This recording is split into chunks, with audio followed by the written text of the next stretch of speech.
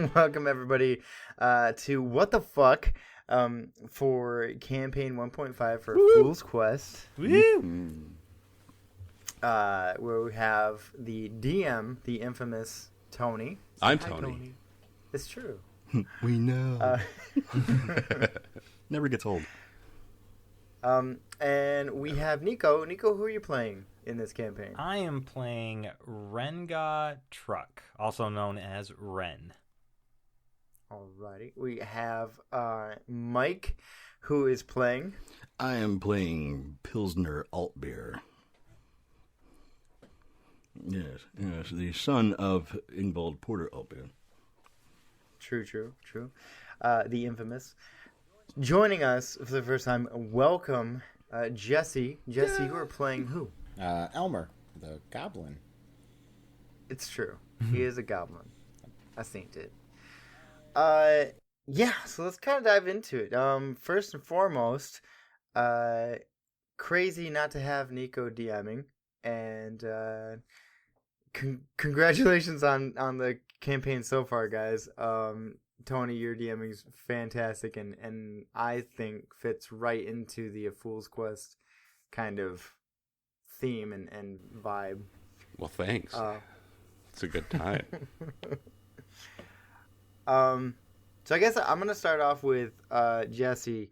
How does it feel stepping into the show versus playing casually with friends on the tabletop? I don't know. It feels very natural with the group I'm playing with. They're all people I've played with for years. So the only real adjustment I think is just trying to get used to constantly being aware of where I'm looking and like speaking into a microphone, which is kind of. Other than that, though, it feels real smooth. It's just been a great time. Cool. Nice. Don't feel bad. Tony and Mike still suck at it too. Mm-hmm. It's true. Yeah, and we've been doing this a little bit. We got better, but I mean, debatable, but yeah. On that same vein, Tony, what's been one thing that's either been like notable, interesting, or surprising as you DM for a show versus DMing for friends, just casually? there's so much. One thing I've realized. No, just pick one. Just pick one. Okay. Well, the first one. Just kidding. No, one thing I've noticed is that my DM style, I tend to be very kinetic. I move around a lot. I wave my hands and make faces and gestures and things like that. And I catch myself doing it for the show, and I'm like, wait, they can't see that. So sometimes I narrate it. Like, by the way, I just did this. That infamous, for the podcast, he's doing this. Yeah. Mm-hmm. It's awesome. I didn't realize how much I move when I DM, I guess. So that I've got to work on, but that's one of the big ones. The notes too they crack me up. You can even hear him sometimes. Like he'll be telling the story, and then he'll have written the notes on a different sheet of paper, and so he's like, like flipping through. Yeah, because when I prepare for the session, like I prepare in whatever order, but you guys aren't going to meet things in that order. The players never do. Right. Yeah. I do like that at one point you were like, I should convert to digital, but... Just gave up on do it. it sometime. Yeah. Nico, what inspired the name for your character? Well, I pretty much made a D&D version of Nightcrawler. Tony gave me some gracious courtesies with my character to be able to teleport around a lot and kind of some cosmetic stuff. So as long as it's not like combat impacting. So I pretty much made Nightcrawler from the X-Men, who I think is super cool and awesome. And so it's just Kurt Wagner's name backward. Oh, okay. which is That's Nightcrawler. great. So Yeah, that's fantastic. yep. Awesome. Nothing mind-blowing. In the same vein, Mike, what inspired the Pilsner angle? And was there a conversation with William at all? Yes, there was. We wrapped up the first season or the last season of the first campaign, and we knew that we were going to be getting into like a little in between campaign with this one, and I'm like, that'd be kind of funny if we were just when we were doing the prologues for everybody, or the epilogues. I'm sorry, because literature. And one of the things we were discussing was if Samantha had gotten pregnant, and we're like, well, why don't we just say she did? Because everybody knew that they hooked up, and that was always a running gag. And hey, who's gonna stop you? You know, what are they gonna do? Yeah, well, nothing. and you had all the power. They had nothing. Well, I didn't want to carry on a legacy with Ingvald's character without him knowing about it. So I said, hey, what do you think of this idea? And he's like, oh yeah, sure. And he was totally on board with it. Nice. We just had. I really liked the angle you guys took with it. We just had to nail down how far along the had transpired between the end of the first campaign and this one, so we could set the age quite right. Speaking of the setting, Tony, what inspired the Bayou setting? I don't know. I've always found swamps interesting settings. I mean, there's a lot you can do in a swamp. They're creepy and dark and dreary, but they can also be, sunny and pretty. And there's just a lot you can do with a swamp or a bayou. And I mean, a bayou has fun accents too. So the accents are crazy. You and so Mike in the narration, and then Tony, your NPCs are freaking spot on. Like, what in real life helped you nail down those amazing accents? I used to live next door to a guy. We had that oil spill in the Kalamazoo River here years ago, and he was part of a fan boat crew that came up to help work on cleaning up the oil spill, and he was from the bayou, and we'd hang out. The guy would just he sounded like that. You knew Bayou Bill. Inspired by actual events. Yes. Right. Yeah. True story. I knew a guy with a question mark / exclamation mark above his head. What about you, Mike? Well, I've watched a lot of Swamp People, and I've always not the show, not the just show. Like out in the wilderness. You go down there and he hides out there with camouflage and binoculars. I mean, it's kind of like bird watching, but that's there's Swamp People here. I've had the cops calling on me quite a bit. But no, I've always loved like the Cajun accent, or like if you listen to any of the comedy of like Justin Wilson. He had a show years ago doing Cajun cooking, and he's done a lot of stand up. And then of course French is such a cool language. And I took some of it in high school so I could get some of the pronunciations down. And it just seemed like a cool thing to do. And since we were doing Bayou, I was like, oh, yeah, let's try this out. And it seems like it came out okay. Yeah. Oh, yeah. When I heard the narration and I heard, Tony's going on, I was like, holy shit, you guys are doing phenomenal. Mike does it better. No. So, Mike, what have you determined is Pilsner's reasonings for raging? What's that? Is that something that you want us to wait to see, or is it something that we can? No, I mean, I kind of set up a lot of that in both the actual story that we're playing and in a little bit of his backstory. He's 20 years old, so he's still got that youthful angst. So he's kind of temperamental and moody sometimes. And the only times that I've ever raged in the game is because something has happened to one of his friends or caused him to kind of, go over the top.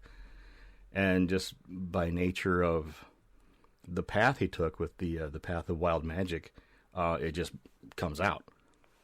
It's a very Kyle-esque situation. Just the monster and throwing your Xbox controller. Nico, did you expect to take so much damage so early on? No. So it is like we're only doing like a 1-season campaign, so I am kind of running fast and loose with a warlock, getting in melee a bunch. But I did not expect that much damage. I got wrecked. So Yeah. It was, when I was listening to it, I was like, "Good God, man! Like, Fucking big-ass how's he pecker not bird. dead?" yeah, I mean those jokes were real bad. There was so much psychic damage. The crawdad jokes were amazing, Tony. That was Oh my so God. spot on. So good. Yeah. It was just going to be giant crayfish, and then I was like, wait a second. This is a fool's quest. Right. Jesse, what inspired the geriatric angle? I've been getting older because that happens to me. Oh, only what? me. You wouldn't understand at all. I wouldn't. No. And no, I just the more and more my wife's been making fun of me for it. I've decided it would be a fun idea to play, a character which is what I would imagine myself to be in like 30 years. So shriveled up Couple and years. old and I don't know about 30, just but making shit up. Listen, you're almost there. Okay. You're just, need this we- kind of negative. I didn't come here to be berated and badgered. All right. Have you gotten up without groaning lately? Have you bent down without doing the? I mean, I don't hear those sounds anymore, so Is that because your hearing's going? tune them Did you out. turn your hearing aid up? We say to the youngest person here, Jesus. Shut up, Nico. I have For no the room to listeners, talk here. for the listeners at home, he's lying to you.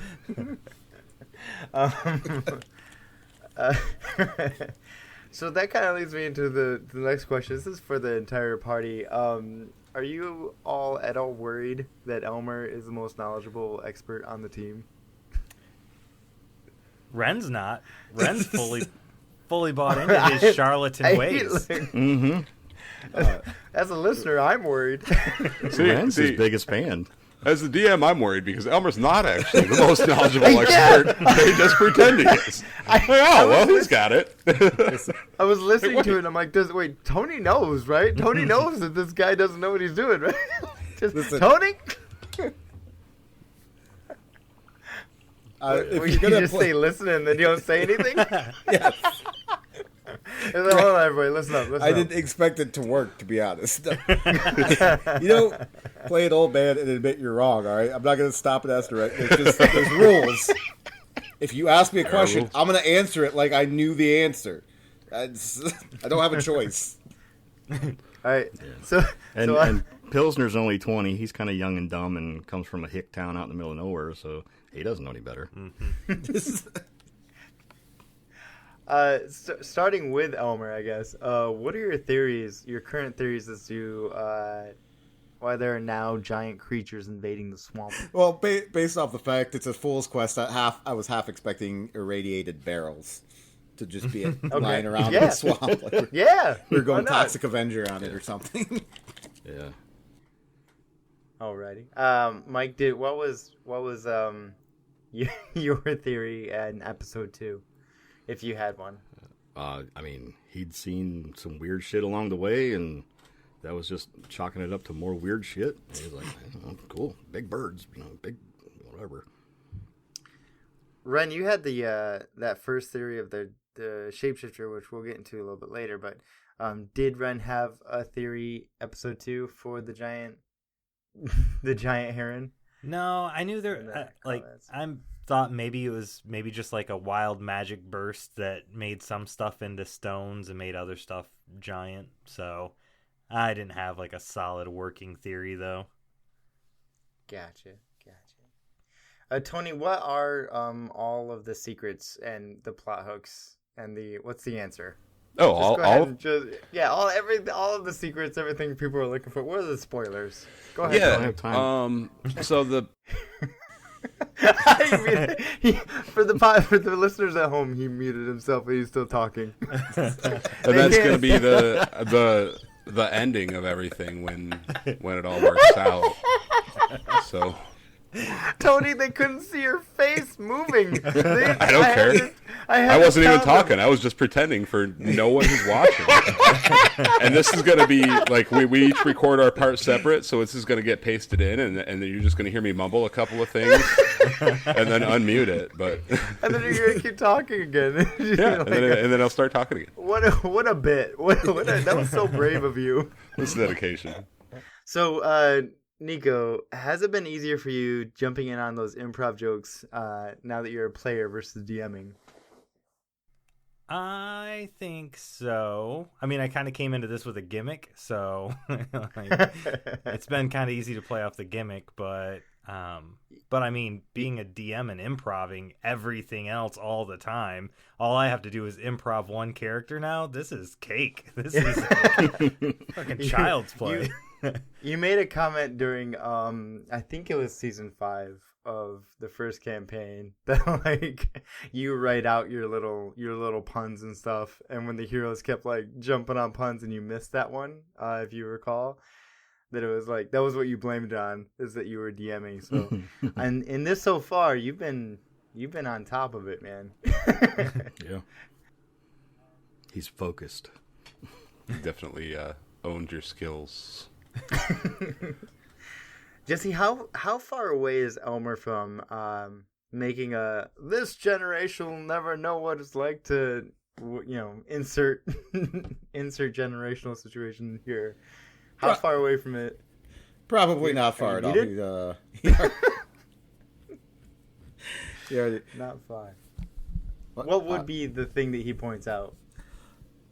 For Elmer, it will be whatever's upsetting him at the time. I don't think he has deep enough seated feelings to really go after anything that he actually hates. It's just something will inconvenience him, and that'll be whatever that thing is will be the thing. Flavor of the day. Yeah, whatever he's mad at the moment. He doesn't really have like the memory to hold grudges and go forward and backward. He does keep missing perception checks because he's pushing the boat. Yeah, and he's old. He just can't see. He needs bifocals, but won't wear them. Why is the water so wet? He has them around his neck, and he just like he never knows where they are, or they're on top of his head. He just... God's damn cataracts. I don't like the way they make me look. The cataracts? The glasses. Those two. Got these Cadillacs on. That's wait. So Nico, you said that you liked it, or you've been jumping in with the Warlock quite a bit, but honestly, the group itself has kind of been fairly reserved compared to your average, party. So Tony, what is it like to play with a group that doesn't outright jump into danger? I'm thinking specifically when they saw the stone, the petrified bird, and decided to just turn back and turn the quest in instead of finding it. It takes some adjustment. You'll see that we'll talk more about this next month. No, it definitely takes some adjustment. The players never do what you expect. Yeah. Because that's just how D&D works, mm-hmm. and that's part of what makes it such a good time. But it has changed the way I do my prep a bit. That's why there are notes on page 12 and notes on page 47. Mm-hmm. Yeah. You had to change shit. Choose your own adventure. Nico, what's the deal with Ren's fairy godmother? I actually don't know. I legitimately don't know. I thought it'd be kind of cool to have like a fairy godmother because I'm kind of from the Fae realm. But that is in the hands of Tony. So I am just as excited as everyone else to find out what the fuck is happening. So I would like to revert everyone's attention to when Tony just told us all of the plot twists and everything. You just rewind it and listen to him explain those things. Yeah. Yep. Those couple of mumbles and then just silent space where I was just moving my mouth. that's what happens. Jesse, how does it feel to have a proper rival? I'm talking about Ralph, who's the arguably an actual apothecary. Yeah, no, he's great. He's great. He's just it's so much easier to sell potions when I can just sell his potions at a markup. Because, like, I'll be honest, man. I don't know what the hell I'm doing. He just waters it down with swamp water. His reputation has gotten so much better since he started using Ralph's. It's true. The fatality rate's been cut in half. Yeah. Better quality ingredients. He's got good stuff. I don't know how he does it. Honestly, he's a great guy. Have you ever played in a campaign where you had a rival before or no? No, never a rival, I suppose. I have not. But it's kind of great. If they're like this, I'll take it every time.